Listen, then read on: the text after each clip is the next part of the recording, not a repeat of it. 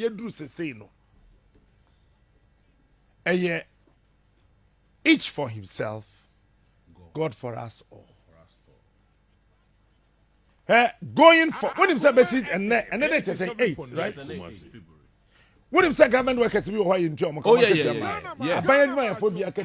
Yes. Okay. Say taxes na ye jeje no.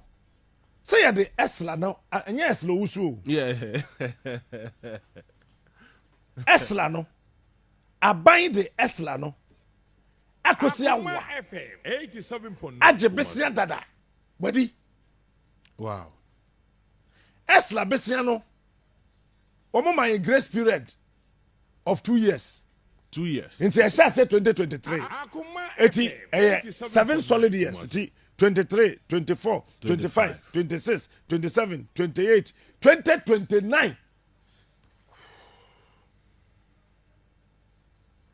Ya dibisiana wie to an extent says school for sika me ma akwada na ya akwada papa me ma me di sika ma me say me fan ko twa me school fees.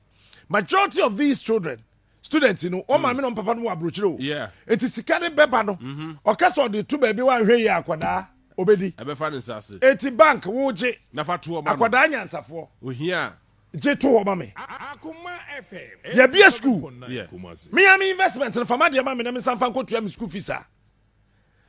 Wo na wo ya finance minister no wo bank twro krata Akoma school ni ne say. Wo bank na wo ti aban ni mu na wo ya finance minister no wo find it difficult. So who betia? So who benya government bonds no? Who benya cash? Ewo ho. Efi aban no ho. Na me ma me agi. A oteman kasim. A no ye trouble wejai no.